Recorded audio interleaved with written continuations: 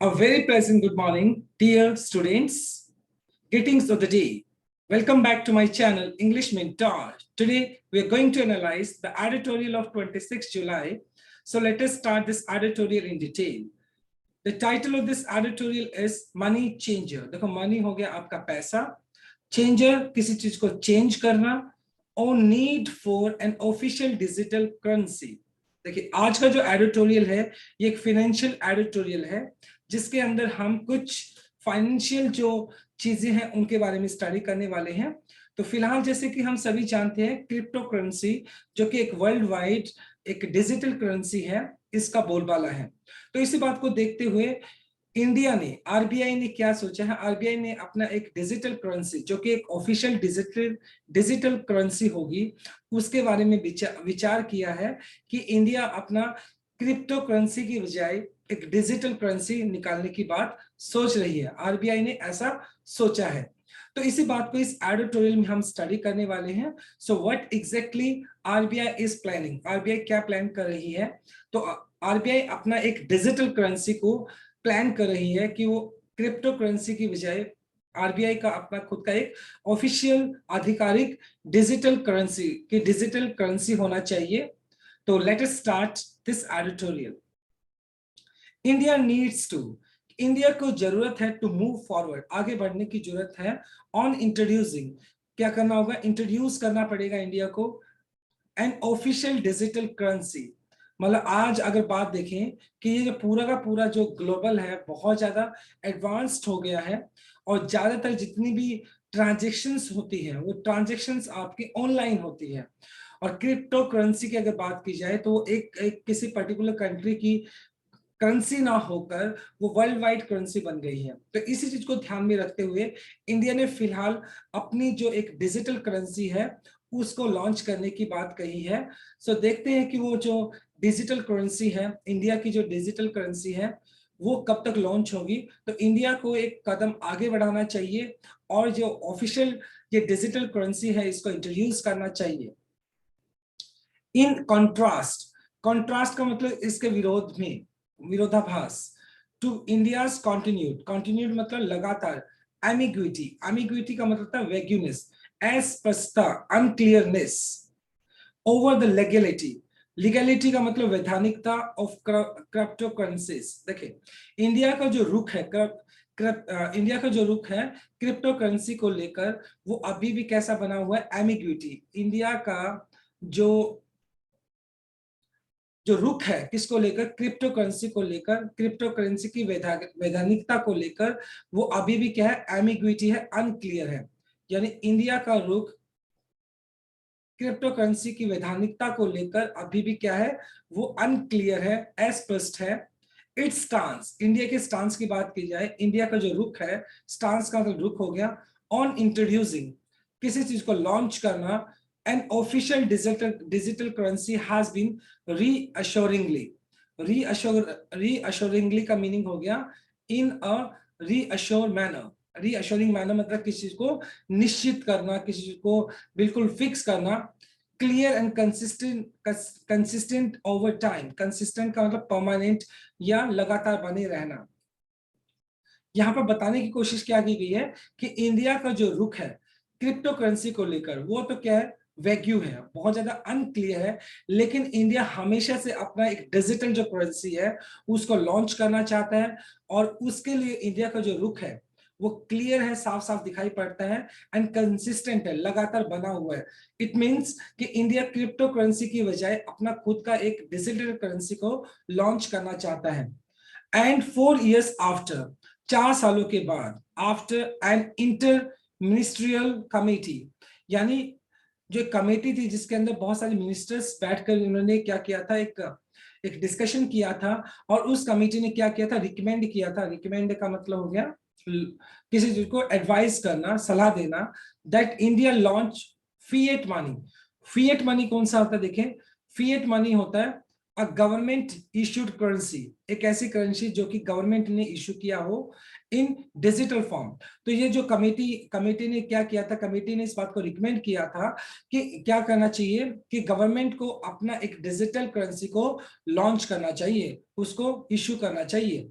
The RBI has indicated, जो हमारा reserve bank of India है उसने इस बात को इंडिकेट किया है, इस बात को सिग्नल दिया है, इस बात की तरफ इशारा किया है that pilot projects to figure out किसी चीज को क्या करना, पता लगाना, to figure out its viability का मीनिंग हो गया आपका, देखिए प्रैक्टिकलिटी मतलब हो गया जो प्रैक्टिकल्स कितना है ये।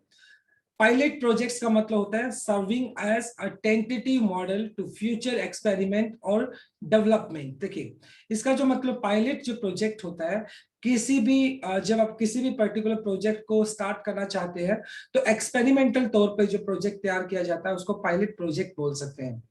एंड वायबिलिटी का मीनिंग हो गया आपका प्रैक्टिकल तौर पर वो कितना वो प्रैक्टिकेबल रहेगा, कितना वो इनप्रैक्टिकल रहेगा। तो इस बात को पता करने के लिए are likely to be launch soon, तो इस बात को पता करने के लिए कि मतलब जो इंडिया अगर अपना डिजिटल करेंसी को लॉन्च करता है तो वो कितना प्रैक्टिकल रहेगा, कितना प्रैक्टिकल नहीं रहेगा, इस बात का पता चलेगा कब, जब इसको लॉन्च किया जाएगा। तो आरबीआई ने फिलहाल पायलट प्रोजेक्ट को लॉन्च करने की बात की है, जिससे कि ये जो डिजिटल करेंसी है इसका यूजफुलनेस को पता चल सके कि वो कितना यूजफुल है, कितना वो प्रैक्टिकल है और कितना इम्प्रैक्टिकल है। In a speech few days ago, एक स्पीच के अंदर कुछ दिन पहले टी रविशंकर, ये हमारे डिप्यूटी गवर्नर आरबीआई हैं, तो इन्होंने अपनी स्पीच के अंदर कहा था RBI is currently working towards a phase implementation strategy. Phase का मतलब कह सकते हो रेगुलर इंटरवल्स पे, इंप्लीमेंटेशन का मतलब लागू करना, स्ट्रेटेजी का मतलब यहाँ पर रणनीति हो गई। तो आरबीआई क्या कर रही है, आरबीआई मतलब फुल फ्लैज मतलब ये डिजिटल करेंसी इसको इंप्लीमेंट करने की बात नहीं कर रही है, बल्कि फेज्ड रेगुलर इंटरवल पे अगर बात की जाए इसको लागू करने के लिए जो रणनीति बनाई गई है उसकी तरफ आरबीआई भी लगातार काम कर रही है। एंड एग्जामिनिंग का मतलब होता है इंस्पेक्ट करना, किसी को छानबीन करना, use cases which could be implemented little और नो डिसरप्शन का मतलब हो गया विदाउट एनी डिस्टर्बेंस। तो आरबीआई भी लगातार उस केसेस को एग्जामिन करने की कोशिश कर रही है जहां पर ये जो डिजिटल करेंसी है उसको इंप्लीमेंट किया जाए, जहां पर थोड़ा बहुत इसको इंप्लीमेंट किया जा सके या विदाउट एनी डिस्टर्बेंस इसको यूज किया जा सके।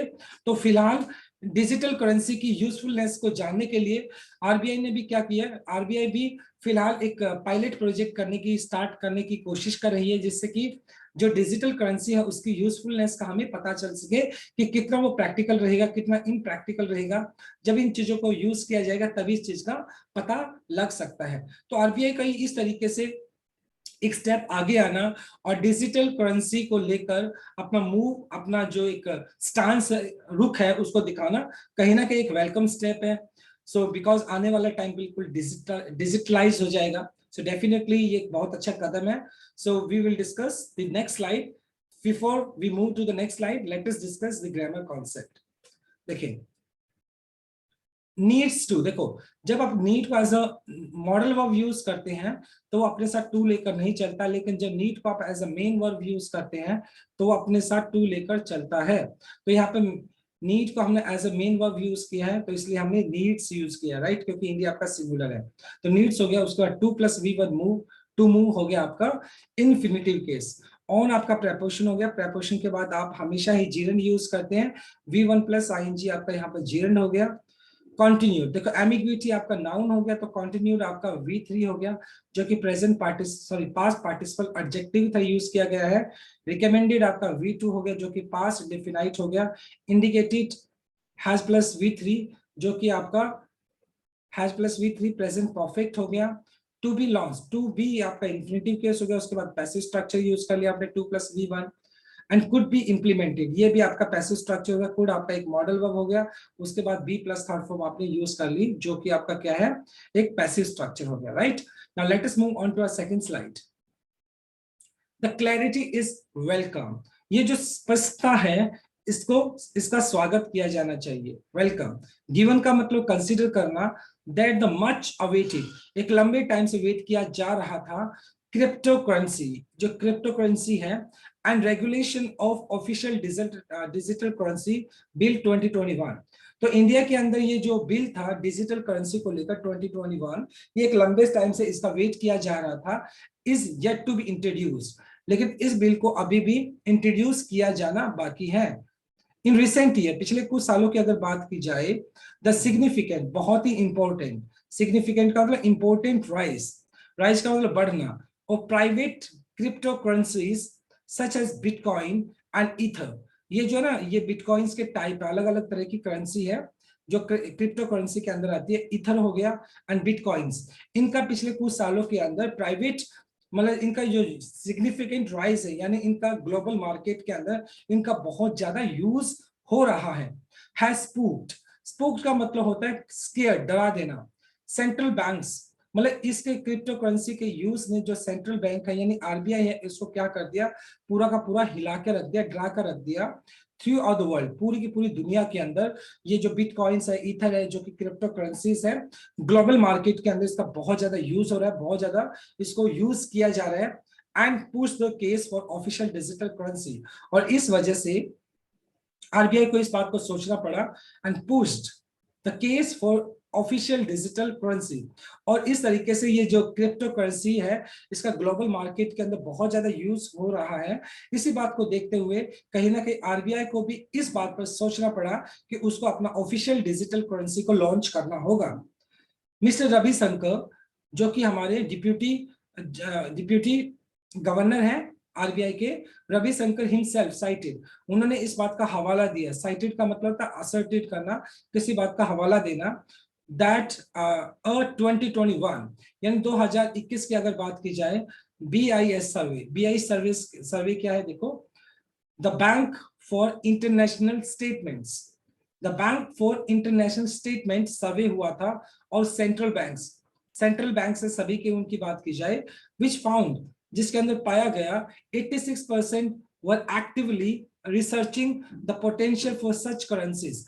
मतलब जो जितने भी सेंट्रल बैंक्स थे उनके अंदर ये सर्वे किया गया, तो उसमें पता चला कि 86% तक के जो 86% were actively researching the potential, संभावना for such currency, यानी 86% तक की अगर बात की जाए तो जितने भी सेंट्रल बैंक्स है वो इस बात पर रिसर्च कर रहे थे कि मतलब ऐसे करेंसी को यूज किया जा सके, किस करेंसी की, क्रिप्टो करेंसी जैसी जो करेंसी है, जो डिजिटल करेंसी है, उसको यूज किया जा सके। And 60% were experimenting with the technology, और जहां तक 60% जो सेंट्रल बैंक्स है वो इस बात पे एक्सपेरिमेंट कर रहे थे विद द टेक्नोलॉजी, यानी टेक्नोलॉजी को यूज करते हुए इस करेंसी को यूज किया जा सके। एंड 40% वर डिप्लॉइंग, डिप्लॉइंग का मतलब हो गया स्टेशन लगाना, in pilot projects, sorry deploying pilot projects. और मतलब 14% ऐसे सेंट्रल बैंक्स हैं जिन्होंने मतलब ये जो पायलट प्रोजेक्ट्स की बात की जाए, एक्सपेरिमेंटल तौर पर मतलब किसी करेंसी को लॉन्च करना, तो उसको पायलट प्रोजेक्ट की अगर बात कर सकते हैं, तो कुछ पर्टिकुलर सेंट्रल बैंक्स है जिसमें 14% सेंट्रल बैंक्स ऐसे जिन्होंने पायलट प्रोजेक्ट्स के अंदर मतलब उस करेंसी को आजमाने की कोशिश की है, एक्सपेरिमेंट करने की कोशिश की है। चाइना हैविंग ऑलरेडी इंगेज, और चाइना मतलब ऑलरेडी मतलब ये जो पायलट प्रोजेक्ट्स है इसके अंदर उसने ऑलरेडी अपने आप को इंगेज किया हुआ है, शामिल किया हुआ है फॉर इट्स डिजिटल आरएमबी। तो डिजिटल आरएमबी, राइट, तो चाइना की खुद की एक डिजिटल करेंसी है आरएमबी के नाम से, तो चाइना ने ऑलरेडी इसके ऊपर अपना एक्सपेरिमेंट स्टार्ट कर दिया है, is in fact planning a major roll out soon. और बल्कि मतलब चाइना तो फिलहाल क्या करने वाला है, एक रोल आउट, रोल आउट का मतलब होता है इंट्रोड्यूसिंग समथिंग पब्लिकली, जब आप किसी चीज को पब्लिकली इंट्रोड्यूस करते हो तो उसको रोल आउट बोला जाता है। और जो चाइना ने अपना एक डिजिटल करेंसी निकाला है आरएमबी, तो चाइना उसको बहुत जल्दी पब्लिकली उसको इंट्रोड्यूस करने वाला है।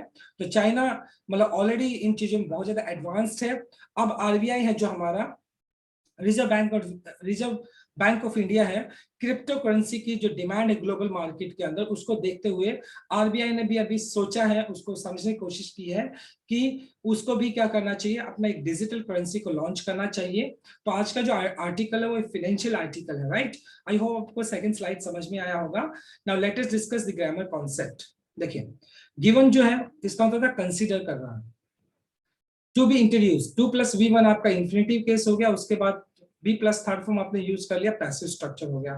हैज रूट ये आपका हैज प्लस V3 जो कि आपका प्रेजेंट परफेक्ट हो गया, साइटेड V2 हो गया जिसका मतलब हवाला देना होता है, किसी बात को जोर देकर बोलना, V2 पास्ट इंडेफिनाइट। वर एक्सपेरिमेंटिंग आपका हो गया past continuous, and having already engaged, having plus V3 आपने यूज कर लिया, पास्ट सॉरी परफेक्ट पार्टिसिपल आपने यूज कर लिया, having plus V3 perfect participle. Now let us move on to our third slide. देखिए there has been little doubt, हालांकि मतलब India ने फिलहाल ये सोच तो लिया है कि मतलब उसको अपना डिजिटल करेंसी को लॉन्च करना है, लेकिन इस बात को लेकर अभी थोड़ा सा क्या बना हुआ है, एक डाउट बना हुआ है, एक संदेह बना हुआ है। क्यों? देयरफॉर इसलिए that India needs a digital rupee. हालांकि इंडिया को इसमें कोई दो राय नहीं है, इसमें कोई शक नहीं है कि इंडिया को अपना एक डिजिटल करेंसी की जरूरत है। द इंपॉर्टेंट क्वेश्चन, लेकिन सबसे महत्वपूर्ण क्वेश्चन तो ये बनता है अबाउट द डिटेल को लेकर, क्या द टाइमलाइन, मतलब उसकी क्या डिटेल रहेगी करेंसी की, और उसका जो टाइमलाइन है, उसकी जो रूपरेखा है, उसकी जो समय सीमा है वो क्या रहेगी। ये कुछ क्वेश्चंस है जिनका आंसर किया जाना बाकी है।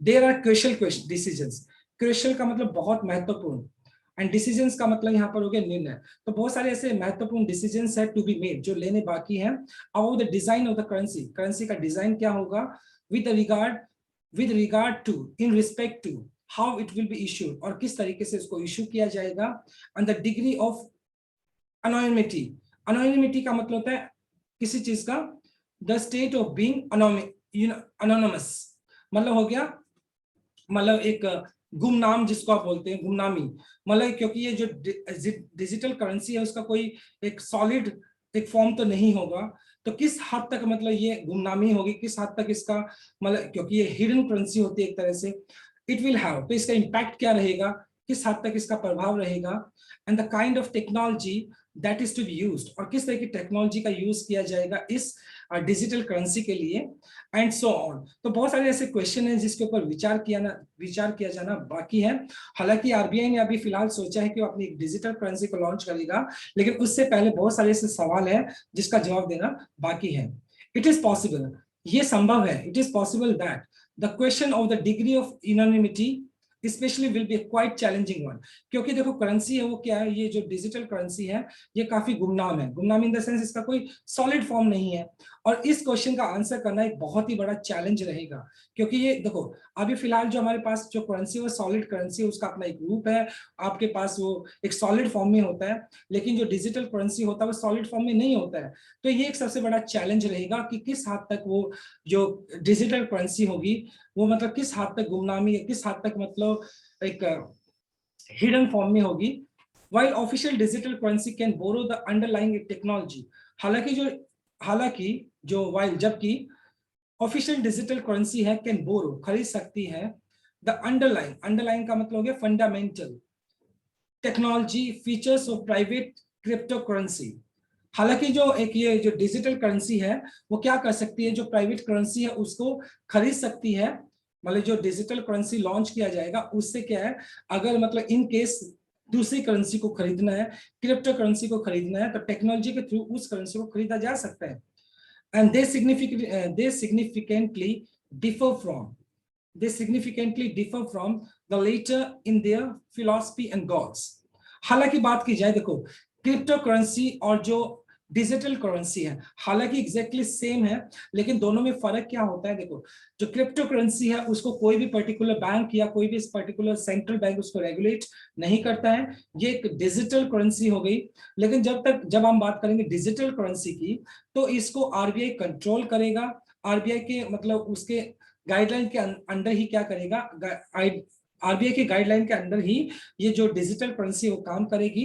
तो इस वजह से देखो दे सिग्निफिकेंटली क्रिप्टो करेंसी और जो डिजिटल करेंसी है सिग्निफिकेंटली रिमार्केबली डिफर फ्रॉम, एक दूसरे से अलग है, द लेटर बाद वाला कौन सा क्रिप्टो करेंसी है, राइट, मतलब यानी ये दोनों है, दोनों में फर्क होता है इन द फिलॉसफी का मतलब सिद्धांत, और गोल का मतलब जो उसके गोल का मतलब जो उसके टारगेट्स हैं और के उद्देश्य हैं। तो यानी जो डिजिटल करेंसी है वो क्रिप्टो करेंसी से बहुत ज्यादा डिफर करती है, हालांकि दोनों का फॉर्म एक जैसा होता है।